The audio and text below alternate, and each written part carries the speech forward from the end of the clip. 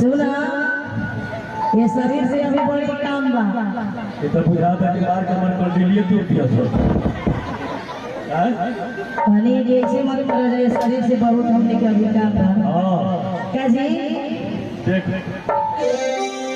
कहता है कि आगे से मारी ना हम सही से मारी ना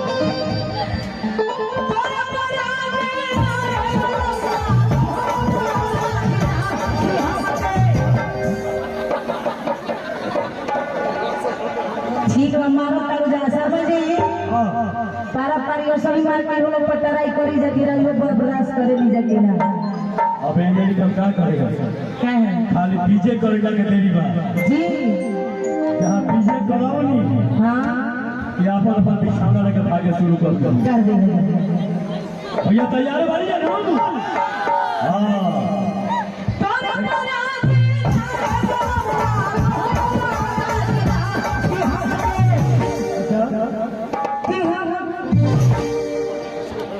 सुना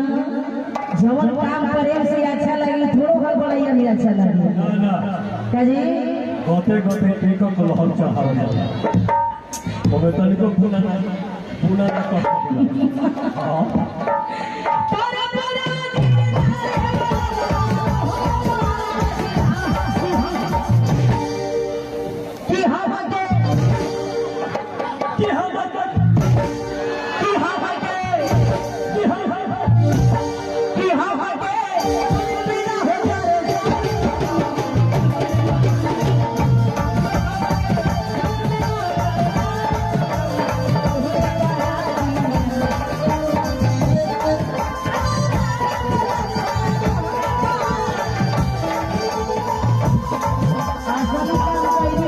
हां सोचा कि गिटार वाली के कुछ हो है निशाना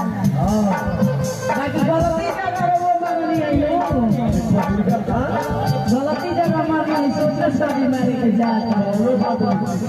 दुआरिया पर से हम फर्क पूछलो हां दुआरिया पर से दर्द